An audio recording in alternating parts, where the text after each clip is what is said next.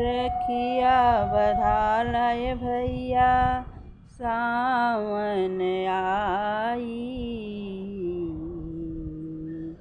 जिंदगी बनल रे भैया तोहरो उमिरिया, जिंदगी बनल रहे भैया तोहरो उमिरिया।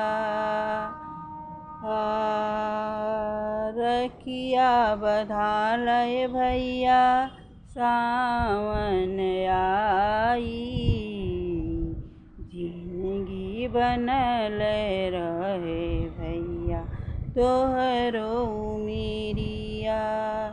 हथवा क थाली ले ले चंदन टीकावा लगावे भैया हथवा कलैया।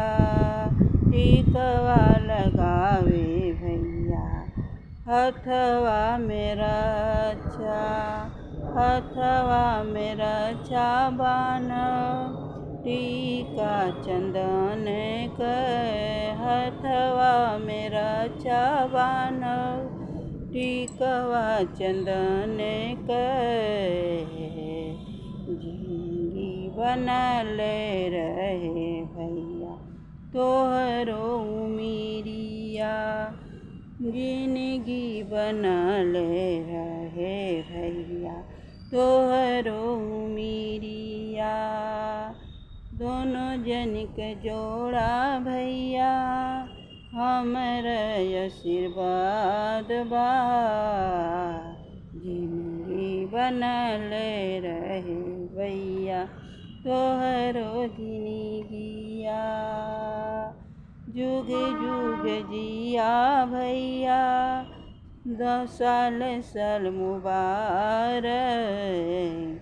भाई बहिन का ये रिश्ता टूटे न पावे। भाई बहिन का ये रिश्ता टूटे न पावे।